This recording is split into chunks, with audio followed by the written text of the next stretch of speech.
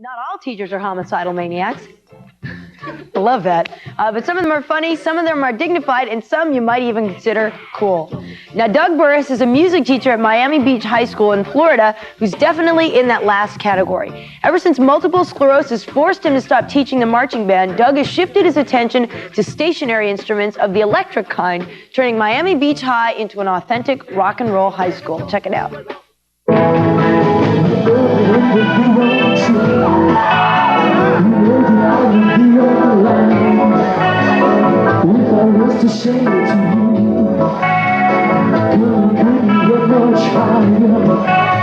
I look forward to coming to Rock Ensemble too. That's what I look forward to. I mean, school, yeah, it's okay, but I look forward to coming to Rock Ensemble.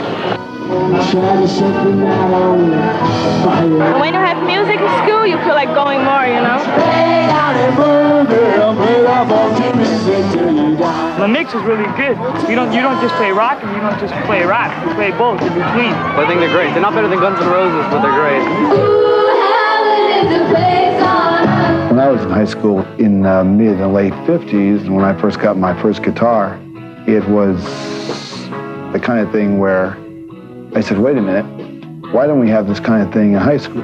So when I got out of college, I was trained as a band director, doing marching band and that kind of thing. And then it became apparent that marching band was not going to be my thing anymore. So I spoke to the principal and I said, can we get a rock thing going? And he was a very cool guy. He said, sure, go ahead. Mr. Burris is an incredible man. He's a divine inspiration to me. He's one of those teachers you gain respect for, like, as a friend. He's a great guy. You can't judge a book by its cover. Just because he's in a wheelchair doesn't mean he can't do anything. The guy, he's amazing. Yeah, I'm a rock and roll handicapper. I'm sure that the kids, feel that I'm different than those handicapped people. And I think that, they get involved with me and I get involved with them, and, you forget about it after a while. And so it's a good experience for everybody.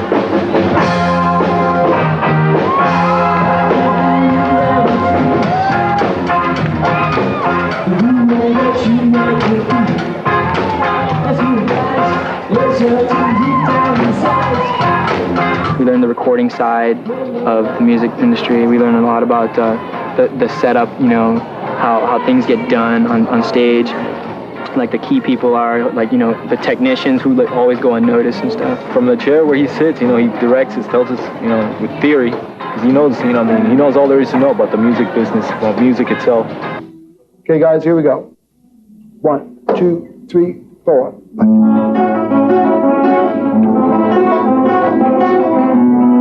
Stay together. The way you play can be described verbally. So he can't actually just show you, so you can't see anything, but he tells you exactly to the point, exactly what to do. It works out fine. Since he can only talk pretty quietly usually, we have to really pay attention and try and understand the first time that we hear it, what he's saying. 1, 2, now once again. Well, you do become, thoughtful about what you say. You become very direct with students. In other words, you have to tell them exactly what's wrong. It's also really great that, but because he can't move, he teaches us the music, but he also teaches us to learn the music ourselves. I have multiple sclerosis. It's one of those things that is a real inconvenience, a real pain in the ass, but we get by. There's no doubt that it's a vicarious existence. Sure, I was a guitar player. I did a little horrible singing in a rock group when I was growing up, but it was, it's definitely a vicarious experience. And the kids up there singing, I feel it.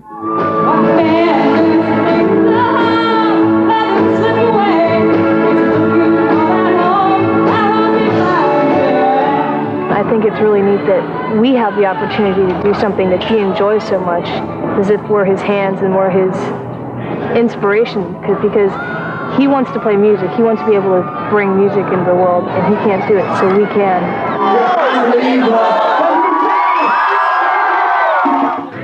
That's cool. Joey Ramone would be proud. That's cool as hell, man. Yeah, definitely rock and roll high school, for sure. I wish I'd gone there. Anyway, that's going to do it for